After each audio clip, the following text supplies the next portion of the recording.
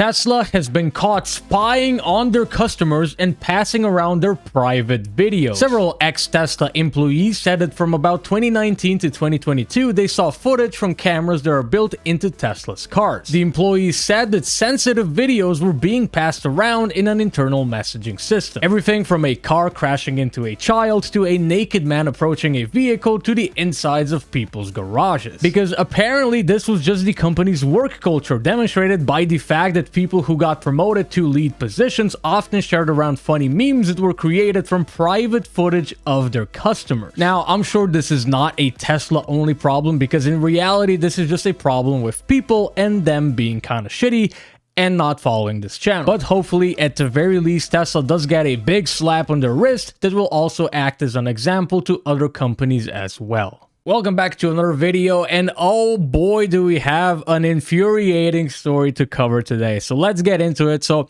this report is specifically about Tesla. It doesn't mean that only Tesla owners risk these kinds of privacy invasions, which is very true. This happens on social media platforms a lot of the time, to be honest, but it gets swept over, under the rug because most people just don't care.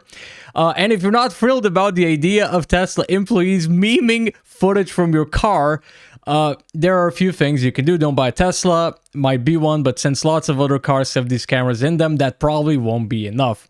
So this is a funny way they put it. I don't imagine anybody would be thrilled about their private footage being turned into a meme. I imagine people would be very mad, charging to Tesla's headquarters with like pitchforks and stuff. Unfortunately, this is not a Tesla only problem. This happens just as a result of people being shitty. Often this happens in, for instance, data recovery services. There were stories about Apple geniuses, their employees looking at customers' private data on their iPhones, for instance, when they bring them in to repair.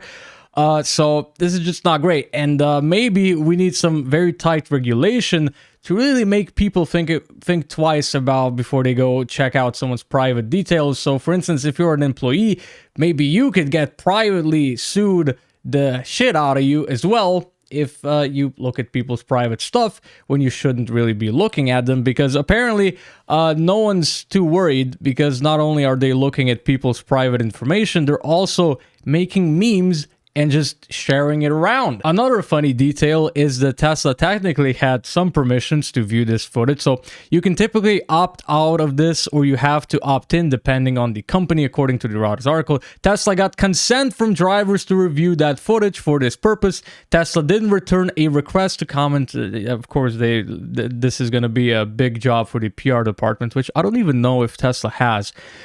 Anyways, the thing about consent is that, yes, sure, they technically have the consent, but this is one of those things, for instance, when you get an update on your phone and you just click accept the terms and that's it. And I don't know how exactly it works with Tesla's autopilot, if you literally just have to accept it if you want to use the feature, but the fact that they technically had consent to have this data, I mean, doesn't really mean too much to me.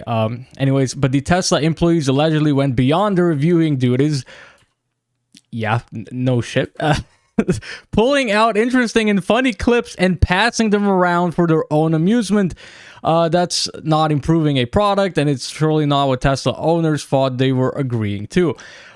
Very true. And again, hopefully something happens to these specific individuals, not just to Tesla in general, but like there needs to be some actual incentive for these private people, these workers at Tesla and other companies, to not pull this sort of shit. There needs to be some direct legal responsibility they might be under if they do something like this. And unfortunately, it's also becoming impossible to get a car that doesn't have cameras in it. Our cars are increasingly connected and computerized, collecting as much as 25 gigabytes an hour of data. They might send that data to data brokers, and it can be difficult, if not impossible, to stop them, because of course you don't really know the software that's in your car or in your computer. You don't really know all the data that's being collected. You don't really know what data is being sent and where it's being sent. So yeah, that's just the thing these days. Good luck buying a new car that doesn't have like a computer in it and cameras and things like that, because well, they really just don't exist anymore. And there's always the possibility that this data could be obtained by hackers. You are, as always, relying on someone else to protect your data and respect your privacy. Whereas an advantage of older cars is that they just don't have the sensors, they don't have cameras, they literally cannot collect the data, so they can't mistreat your data. So, you know, that's a plus, I guess. And this point is about something that I personally find horrifying, but there are upsides too. Insurance companies often offer discounts to customers who drive safely, which is determined by apps or devices drivers install in their cars that monitor them.